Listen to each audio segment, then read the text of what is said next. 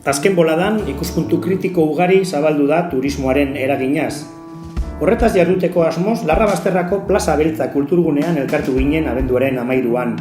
Sektoreko hainbat aditu eta profesionalegaz batera, Uribe kostan daukagun bizitarien perfila aztertu, turismoak dakartzan onurez eta kalteez berba egin, eta arloa arautzeko politikez eztabaidatu genuen. Ostean, gonbidatuek honela laburbildu zituzten mahai inguruan esandakoak. Esan daiteke zentzu orokorrean turismoa arrakastatsua izaten ari da. Globalki ikusita, onartu behar dugu ekonomikoki arrakastatsua dala, baina bestaldetik hausnartzeke daukagu, zeinek diren turismoko ondorio txarrak lurralde osoan. Izan beharko genuke ikuspegi hori, eta nola sortzen diren ondorio kaltegarriak gure hirietan eta herrietan eta lurralde osoan. Ondorioen artean nik azpimarratuko nituzke bizpahiru. Alde batetik lan munduan, lan baldintza, prekaritatea sortzen dela, eta bestaldetik nola bizimoduak antropologikoki pixkanaka aldatzen direla, turismoaren eraginez. Erakunde publikoak arazoak izaten dituzte turismoko politikak martxan jartzerakoan, gizarteak eta modak normalean arinago joaten dira, ez? Makinaria guzti hori mugitzea astuna da, eta horregaitik batzutan sortzen dira arazo batzuk, batez ere turismoko gauza puntual batzutan jendea pilatu daiteke, aldez aurretik ezin izan dalako jakin puntu hori konfliktiboa izango dalako edo, baina normalean saiatu egiten da gauza horrek ezarea gotzeko mugimendu eta konzentrazio hori.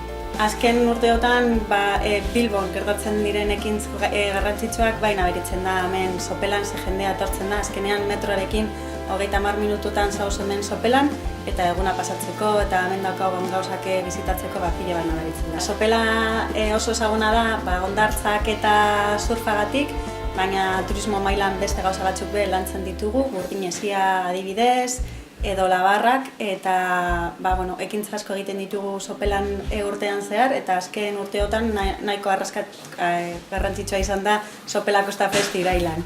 Herrialde honetan azken baten edo mundu guztian plan estrategikoentzako beti dago plan bat sortuta, eta turismoak Euskal Herrian ez teko planik, ez teko plan nazional bat ez dago ezarrita. Jentea dabil bere eskinatxutatik, bakoitza bere lanean ahaleginak egiten, baina ez teko azkenean gobernuak, estatuak edo dirua mugitzen dauenak plan berezi beti behar dago nazionala. Danontzako eta dano gidoi bat aukiteko eta norabide bardinaren joteko. Erakunde publikoak turismoko politikak martxan jartzerakoan gehienetan makinaria hori mugiarazteko martxa astiroago joaten da, gizartearen modak edo eskaerak bete ahal izateko gatza izaten da erritmo berbera eramatea, ez? Hemen topikoak aldre bezin ziren, justo marketinga ondo ingendun, ez? Bendala 25 urte, orduan jinekin hasi izan marketing turistiko hori oso ondo ingizan, guk txarto egiten duguna normalean, eta gero prozesuak txarto indire, ez? Normalean prozesuak ondo egiten dugu, hemen kontrara izan beti. Marketinga ondo izan, betetu dugu Euskal Herrie, turistak bizitariak badatoz, baina ez teko prozesu betondo esarrie eta norabide argi ez teko agenteak esaten dugu.